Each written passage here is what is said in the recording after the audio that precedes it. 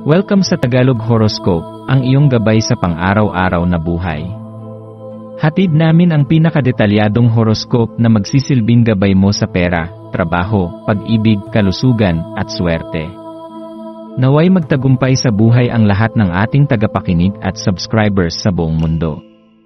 Maraming salamat sa pag-subscribe at tanggapin ang siksik, liglig, at umaapaw na biyayang hatid ng Tagalog Horoscope. Ito ang iyong pang-araw-araw na horoscope para sa Taurus para sa Abril 25, 2025. Habang sumisikat ang araw ngayong Abril 25, damhin mo ang kakaibang lakas na bumabalot sa iyong buong pagkatao.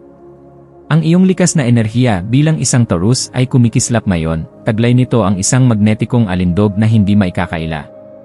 Para kang sinag ng araw na unti-unting lumalaganap, umaabot sa puso ng mga taong nasa paligid mo. Ang iyong presensya ay may dalang init at kapanatagan, isang klase ng pang-akit na hindi lamang pisikal kundi emosyonal at espiritual din. Ito ang araw kung kailan tunay kang mapapansin ng mga kaibigan, ng pamilya, ng mga taong mahalaga sa iyong landas dahil sa natural mong kakayahang maghatid ng aliw, kapanatagan, at kagandahan. Sa ilalim ng ganitong enerhiya, madarama mong may malakas na hatak na naghihikayat sa iyong magsimula ng panibagong kabanata. Isang kakaibang pagnanasa ang maaaring mag-udyok sa iyong makipagsapalaran sa mga hindi pamilyar, hindi komportableng teritoryo. Marahil ay tila may tinig mula sa kaibuturan ng iyong damdamin na humihimok sa iyo na tuklasin ang mga posibilidad sa labas ng iyong nakasanayang mundo. Sa bawat hakbang na iyong gagawin, mahalagang yakapin ang iyong likas na kasensualihan, ang kakayahang maramdaman ang kagandahan sa paligid, ang kasiyahan sa mga simpleng bagay, at ang kagalakan sa mga koneksyong totoo. Huwag mong ipagwalang bahala ang kahalagahan ng mga ugnayan mo sa mga taong nagbibigay lakas at inspirasyon sa iyo. Sa gitna ng iyong pag-abot sa mga panibagong layunin, pagtuunan ng pansin ang mga relasyon na nagdudulot ng katatagan sa iyong pagkatao. Ang pagpapasalamat ay isa sa mga pinakamakapangyarihang emosyon na maaari mong iparamdam ngayon. Ito ay nagsisilbing tulay na nagdurugtong sa iyo at sa mga taong nagmamalasakit, tumutulong, at patuloy na nagbibigay ng suporta sa iyong paglalakbay. Sa pamamagitan ng pasasalamat, lumalalim ang mga koneksyon. Sa pamamagitan ng pagkilala sa kabutihan ng iba, tumitibay ang pundasyon ng pagkakaibigan at pagmamahal. Sa iyong pagharap sa araw na ito, mahalagang maging mapagmatsyag ka sa mga bagay na mayroon ka na, mga kakayahan, karanasan, at kaalamang naipon mo sa paglipas ng panahon. Huwag mong ipagwalang bahala ang mga kasangkapan at oportunidad sa iyong paligid, sapagkat ang mga ito ang magiging tulay patungo sa katuparan ng iyong mga pangarap. Ang iyong taglay na karisma ay isang makapangyarihang sandata, ngunit kailangang isama ito sa malinaw na layunin at masusing pagplano.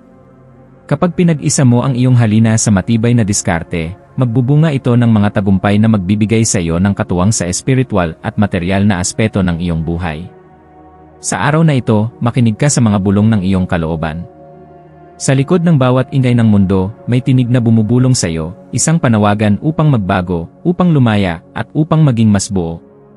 Ang pagnanasa mong magkaroon ng bago ay hindi basta kapritsyo, ito ay isang tanda ng iyong pag-usbong bilang tao. Mahalaga na magbigay ka ng pagkakataon sa sarili mong lumayo muna sa rutinaryong mga gawain at sumubok ng isang bagay na kakaiba, mga bagong lugar, bagong kaalaman, o bagong pananaw. Sa pamamagitan ng mga bagong karanasang ito, mas makikilala mo ang sarili mo at higit mong mauunawaan kung ano talaga ang nagpapasaya at nagpapalalim ng iyong buhay. Maswerteng kulay mo ngayon ang pastel na berde, kulay ng paghilom, kalmado, at pag-usbong. Ang berde ay sumisimbolo ng pagkakabalanse at kaayusan, dalawang bagay na natural mong hinahangad. Gamitin mo ang kulay na ito sa iyong pananamit o sa iyong paligid upang mapanatili ang panloob mong balanse. Ang maswerteng numero mo naman ay 6, 11, at 22, mga numerong may dalang mensahe ng pagkakaisa, intuisyon, at malalim na koneksyon sa sarili. Ang maswerteng gawain para sa araw na ito ay ang paglilinis ng iyong personal na espasyo, isang simpleng aktibidad na magbubukas ng daluyan ng sariwang enerhiya at magpapalinaw ng iyong isipan. Isang mahalagang paalala para sa araw na ito, huwag mong hayaang ang mga inaasahan ng iba ang magdikta sa daloy ng iyong mga desisyon. Ikaw ang tanging tunay na nakakakilala sa sarili mong mga pangangailangan, at ikaw din ang makaalam kung kailan ka handang tumanggap ng pagbabago. Bagaman mahalaga ang opinyon ng iba, mas mahalagang pakinggan mo ang sarili mong tinig, ang boses na nagsasabi kung ano talaga ang tama para sa iyo. Bigyang halaga mo rin ang mga sandaling ikaw lamang ang kasama mo, dahil sa katahimikan mo maririnig ang mga sagot na matagal mo nang hinahanap. Sa pagtatapos ng araw na ito, ipikit mo ang iyong mga mata at damhin ang lahat ng nangyari. Ang bawat ngiti, bawat pag-aalinlangan, bawat hakbang, lahat ng ito ay bahagi ng isang mas malawak na kwento ng iyong pag-unlad. Tanggapin mo ang lahat ng emosyon, at alalahanin na ang bawat damdamin ay may layunin. Sa ilalim ng lahat ng ito ay ang iyong matibay na pundasyon bilang isang Taurus, isang taong may lalim, may kababaang loob, at may kakayahang magmahal ng wagas. Habang papalapit na ang gabi, dalhin mo ang pasasalamat sa puso mo, at hayaang ang kapayapaan ng katahimikan ay maging yakap mo. Magpahinga ka, at maghanda sa mga bagong kabanatang naghihintay sa iyo bukas.